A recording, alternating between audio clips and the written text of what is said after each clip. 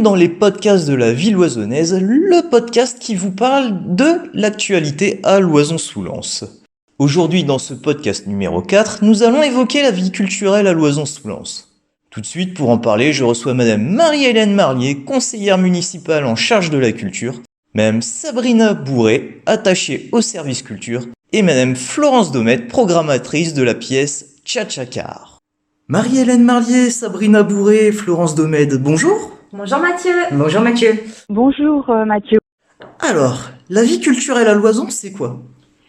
La vie culturelle à Loison-sous-Lens, c'est des expositions de peinture, des spectacles, des concerts, notamment la fête de la musique en juin prochain. Cette année, ce sera 5 manifestations au programme.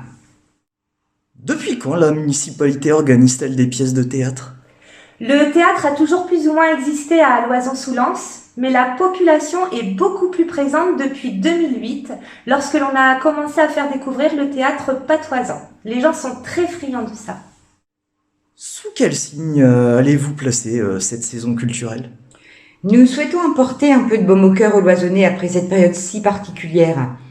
C'est pourquoi le leitmotiv de cette saison culturelle sera détente, joie et rire. Comme vous l'avez dit précédemment, la vie culturelle à Loison, ce n'est pas que le théâtre, c'est aussi l'exposition de peinture. Oui, effectivement. Les expositions de peinture avec en général une thématique sont organisées depuis de nombreuses années. Les premières expositions avaient même lieu au sein de la mairie et les œuvres étaient exposées en salle des mariages.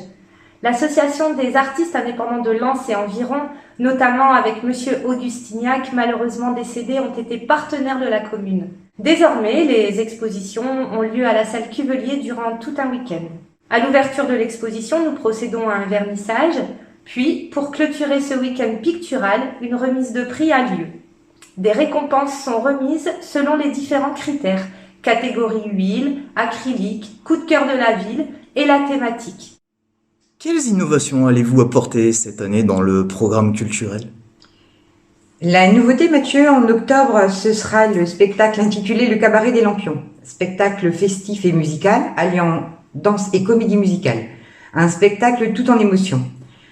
En fin d'année, la soirée la plus innovante sera le karaoké à l'orgue de Barbarie par la compagnie du Tire-Laine. Orgue de Barbarie, pupitre pour le chant, une atmosphère acoustique intimiste et atypique.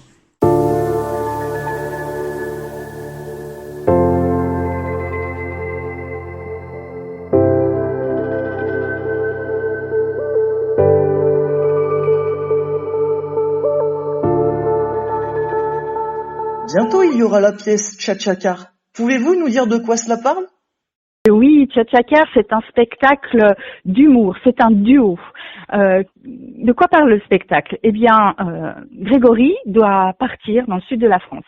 Il se retrouve bien ennuyé puisque sa voiture le lâche et il se dit pourquoi pas faire appel au service Tchatchacar.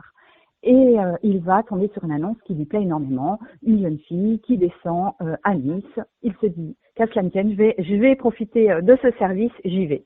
Évidemment, quand il arrive sur place au rendez-vous, ce n'est pas une belle Merline et une belle jeune fille, mais un jeune homme dans une petite voiture. Et il va falloir qu'il se supporte tout du long de cette longue route, les 800 kilomètres avec quelqu'un qu'il ne connaît pas. Et évidemment, ça va être un road trip délirant, semé de péripéties, où ces deux inconnus vont devoir se supporter et surtout se connaître. Et à partir de là, va commencer une aventure complètement délirante. Qui interprétera cette pièce ? Qui interprétera cette pièce ? Eh bien, c'est Aizan et J.P. Groard. C'est un duo. Ils se connaissent très bien, ils sont complémentaires, ils ont énormément d'énergie sur scène, ils sont ultra dynamiques et ils adorent l'interaction avec le public. Ils sont capables, par exemple, d'improviser par rapport à des rires et vraiment, ils sont comédiens pros, évidemment, et ils adorent donner du plaisir et du rire au public qu'ils rencontrent.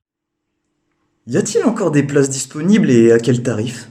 Oui Mathieu, il reste des places. Le prix de la place est fixé à 7 €. Les réservations se font par téléphone au service culturel au 03 21 13 03 49, mais l'achat de la place est également possible au guichet le soir du spectacle. La pièce aura lieu le vendredi 11 février à la salle Cuvelier, au 120 rue Raymond Spa à la Cité 8, à 20h30, avec une ouverture des portes à 20h. Marie-Hélène Marlier, avez-vous un dernier mot concernant la culture à l'Oison ? Oui, Mathieu, tout d'abord, je voudrais souligner la qualité et l'originalité des spectacles proposés cette année. Je voudrais lancer un appel également aux musiciens et chanteurs, car nous cherchons de jeunes talents pour se produire à la fête de la musique de juin prochain. Vous pouvez d'ores et déjà appeler en mairie et demander Sabrina au 03 21 13 03 49. Pour terminer, nous vous espérons nombreux à notre spectacle. Marie-Hélène Marlier, Sabrina, Florence, Domède, merci pour cette interview. Merci à toi Mathieu, à bientôt. Merci Mathieu, bonne journée. Nous voici arrivés à la conclusion de cet épisode numéro 4. Je vous rappelle que vous pouvez retrouver ce podcast sur Spotify, Deezer, Amazon Music, SoundCloud, Pocket Cast et TuneIn. Vous pouvez également le retrouver sur YouTube en vous abonnant à la chaîne de la ville loisonnaise et bien évidemment sur le Facebook officiel de la ville de Loison-sous-Lens. Au revoir et à bientôt.